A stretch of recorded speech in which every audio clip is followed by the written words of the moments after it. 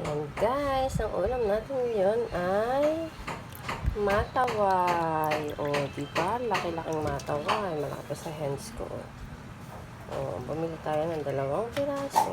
Siya ay nagkakahalaga ng hulaan nyo kung magkano.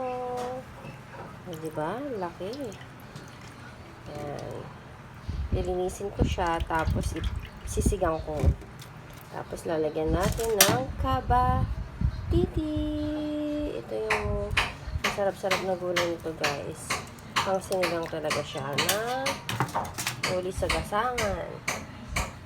Tapos lalagyan lang natin siya ng sibuyas. Parang umuto ng sibuyas ko. Dadagdagan ko pa siya guys. Tapos lalagyan lang natin. Isisigang lang natin siya. Papakuliin lang natin yung water. Then lalagay natin yung fish.